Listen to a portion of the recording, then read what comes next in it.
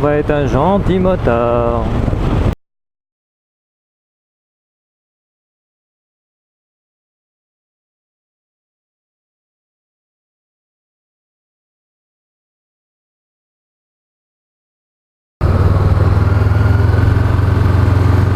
Ouais, bonjour à tous et à toutes et à tous, c'est plus poli comme ça, mesdames, mesdemoiselles, messieurs, bonsoir, c'est moi Tartare et je reprends une petite vidéo qui me tient particulièrement à cœur, dont le sujet est la conduite préventive. C'est une chose que j'ai appris lorsque j'ai passé mon permis moto. Ça s'appelle la conduite préventive. La conduite préventive,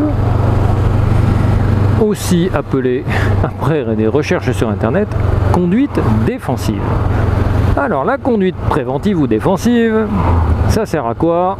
Eh ben devinez quoi, mon sujet favori, rester en vie. Globalement, quand sur internet on te dit que la conduite préventive c'est la conduite défensive, bah ouais, faut se défendre maintenant contre les automobilistes ou contre tous les autres usagers de la route. Ouais, j'envisagerais pas les relations sur la route comme ça, mais c'est possible, oui. Alors la conduite préventive, c'est en gros faire attention aux autres. Et ben ouais, c'est un sujet récurrent. Faire attention aux autres, faire adapter tout ce qu'on peut adapter en utilisant notamment le sujet de la vidéo que je vous mets en petit encart sur l'anticipation, qui est un élément qui permet d'avoir une conduite préventive. Et l'anticipation, c'est que dalle comparé au reste. Qu'est-ce qu'il faut pour avoir une conduite préventive? En fait, c'est un ensemble de choses, la conduite préventive, hein, et il en faut plusieurs. Et la première des choses, ça serait avoir une moto en bon état. Une moto en bon état, c'est le minimum. Une moto en bon état, ça passe par quoi pour les motards? Ça passe par le nettoyage. Donc le nettoyage sert aussi à bien d'autres choses qu'avoir une moto qui brille et rutilante. Et sans une machine en bon état, comment faire confiance à cette machine? Il faut avoir des freins, il faut avoir de la signalétique, il faut avoir en gros des lumières. Il faut avoir confiance en tout, sa capacité d'accélération, sa capacité de freinage et savoir se signaler aux autres. Voilà. Donc la machine en bon état, c'est le premier élément. Le deuxième élément de la conduite préventive, c'est votre équipement. Et ouais, conduite préventive, dire éviter les risques. Éviter les risques égale je m'équipe au cas où, si jamais il y a un problème. Si jamais il doit y avoir contact, il doit y avoir chute, il doit y avoir quelque chose, eh ben, je suis équipé pour ne pas être trop blessé. Donc l'équipement, avoir bon, le minimum requis, le casque élégant, c'est très bien. Mais si vous êtes en short, t-shirt, tongs sur un scooter avec les gants et le casque, je peux vous dire que si vous shootez, allez, vous prenez un ralentisseur comme ça, que vous prenez mal parce qu'il y a une pierre, parce qu'il y a ce que vous voulez, ben, vous allez m'en dire des nouvelles. Il suffit que vous chutiez à 30 à l'heure, et ben, c'est pas, vous n'allez pas être joué après. Donc après l'équipement, qu'est-ce qui joue dans la conduite préventive? Là, vous avez tout pour rouler. Vous avez votre permis, vous avez votre équipement, une moto bien en bon état, nickel, vous êtes prêt, fin, paré. Ben, qu'est-ce qui va jouer dans la conduite préventive? Ben, votre position sur la route, tout simplement. Alors la position sur la route, j'ai pas de solution claire, nette, précise, toujours identique qui me viennent à l'esprit comme ça. J'ai entendu parler de 2 positionnements sur la route. Celle qu'on m'a apprise au permis, c'est-à-dire en plein milieu de la route comme je suis aujourd'hui. Alors je parle de position latérale pour le moment. Donc position latérale, je suis en plein milieu. Donc cette position est pour moi, de mon expérience, bien adaptée lorsqu'il y a du monde, parce qu'on est en plein milieu de la route et qu'en étant au milieu de la route, on est visible et ça permet, si on a une conduite qui est lisible pour les autres usagers, ah c'est cool. Et donc oui, on reprend. Donc position sur la route, ça c'est un petit intermède qui sera coupé. Donc la position sur la route, c'est très important. Donc la position médiane, c'est celle qui permet d'avoir le plus de visibilité vis-à-vis des autres voitures, des autres usagers de la route, hein, les voitures, les camions. Notamment les camions, c'est très important. Voilà. Donc cette position là, pour moi elle est top quand il y a du monde. Quand ça roule vite et qu'il y a moins de monde, j'ai pu expérimenter une autre dont j'ai entendu parler, c'est-à-dire c'est celle-ci, c'est-à-dire que je me mets quasiment sur la bande de roulement de droite des voitures et ça me laisse une marge à gauche et à droite qui n'est pas négligeable. Si jamais ça arrive à droite, je peux m'écarter à gauche. Si jamais ça double très proche, je peux encore m'écarter un peu sur la droite. Donc là, cette position sur la bande de roulement de droite des voitures, hein, limite entre la bande de roulement et la ligne médiane, c'est quelque chose qui est que j'ai adopté il n'y a pas très longtemps dans certaines conditions. Alors je dois pas très bien encore la maîtriser parce que c'est vrai que quand ça va vite, c'est génial hein, quand tu es tout seul. Mais il y a quelques fois certains automobilistes ont été surpris et je dois avouer que j'ai pas eu des frayeurs, mais ça me posait quelques questions sur cette position. J'ai entendu Carbone 23 qui avait apparemment évité un accident grâce à ça, grâce à ce positionnement un peu particulier où vraiment tu es au milieu de la route. Donc je pense qu'elle est pas mal. Il y a très peu de différence, mais cette différence elle peut aussi surprendre. Le but c'est de cette position sur la route, c'est mieux se faire voir. Ah bah tiens, voilà un pompier qui coupe. Ensuite, il y a la position sur la route, mais il y a une position longitudinale. Ouh, monsieur le pompier. Donc la position longitudinale, voilà. Le but, toujours garder des distances de sécurité entre la voiture de devant et nous. Alors, messieurs les automobilistes, messieurs les conducteurs de poids lourds, parce que vous aussi, vous me le faites, la distance que je laisse avec le véhicule de devant, si vous êtes dans la merde, elle est pour vous, mais dans un cadre normal.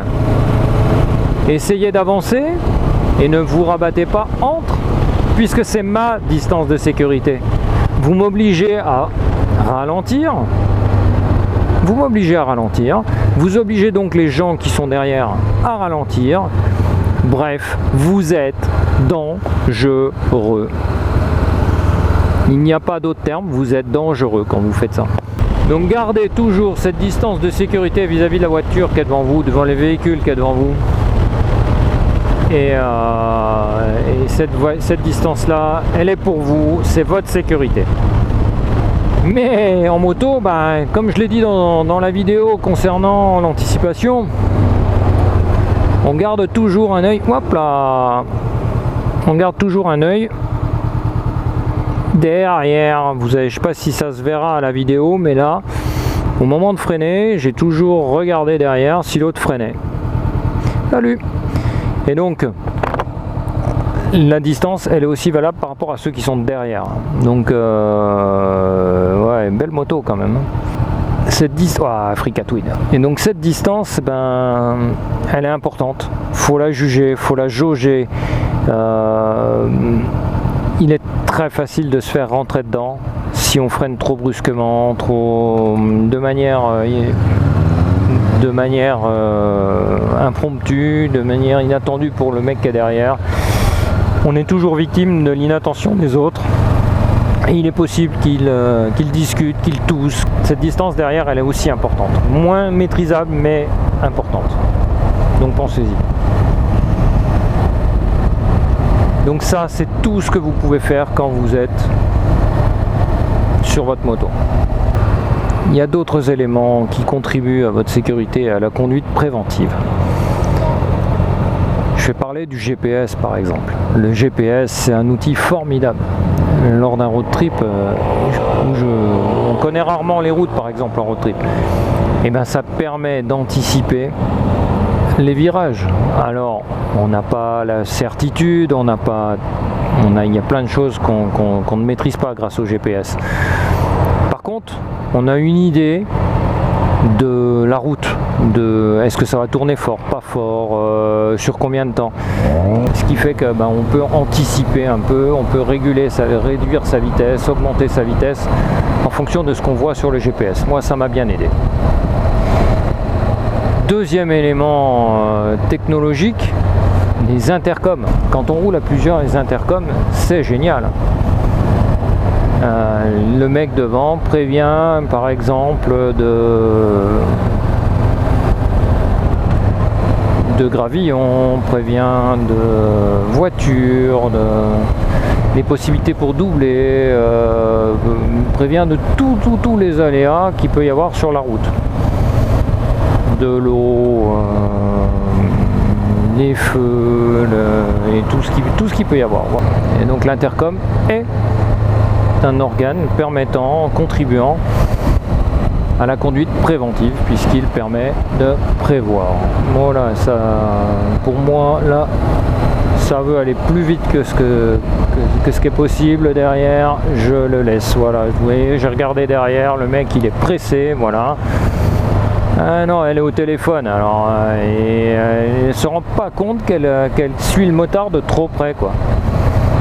Voilà, là, voilà. Ça, c'est vraiment une conduite non préventive.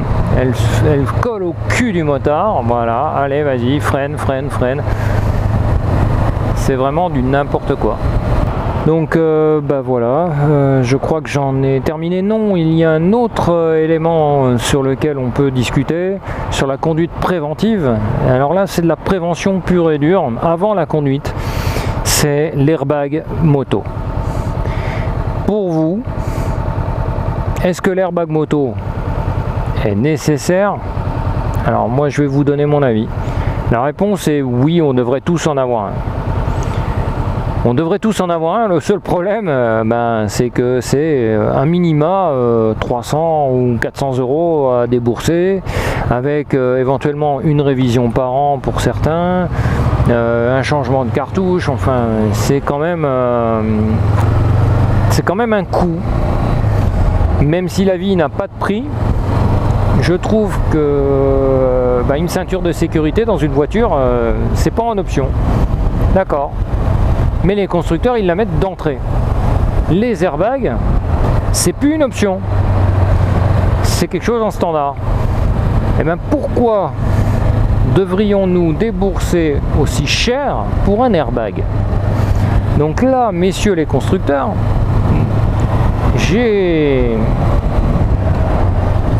je me dis qu'il n'est pas normal que ce soit aussi cher. Alors oui, vous devez rentrer dans vos frais par rapport aux recherches et développement. Ouais. Mais la vie des motards, vous l'avez entre vos mains aussi. Quand vous construisez des équipements aux normes EP, machin, nanana, qu'on nous demande d'acheter des gants avec le petit logo, le petit bidule, le petit truc qui va bien, faut pas se foutre de la gueule du monde quand même. À un moment donné, vous rentrez bien dans vos frais ou pas. Enfin, je sais pas trop comment vous faites ça. Ah, qu'est-ce que tu me fais toi? Donc messieurs les constructeurs les constructeurs d'airbag, réduisez vos prix s'il vous plaît, au moins il y aura des motards en moins de tuer sur la route. Je dis pas que ça solutionnera tout, mais voilà, je trouvais simplement que le prix était exorbitant, et pour moi en effet c'est un organe, un élément qui contribue à la conduite préventive. Voilà. Dites-moi, vous, autres motards qui consultez ce vlog, ce que vous en pensez. Est-ce que vous avez le même avis que moi? Est-ce que c'est partagé? Est-ce que c'est pas partagé? Pourquoi ça serait pas partagé? Pourquoi c'est partagé? Et ben voilà pour la conduite préventive, moi j'en ai terminé, j'espère que ça vous a plu. Si ça vous a plu, lâchez-moi un petit pouce bleu. Si vous n'êtes pas abonné, bah, ça serait cool hein, d'être abonné, au moins vous serez averti des nouvelles publications si vous appuyez sur la petite cloche. Et puis bah, je vous souhaite à tous de bons rides. Je vous fais un gros V-motard et je vous dis aux prochaines vidéos. Salut!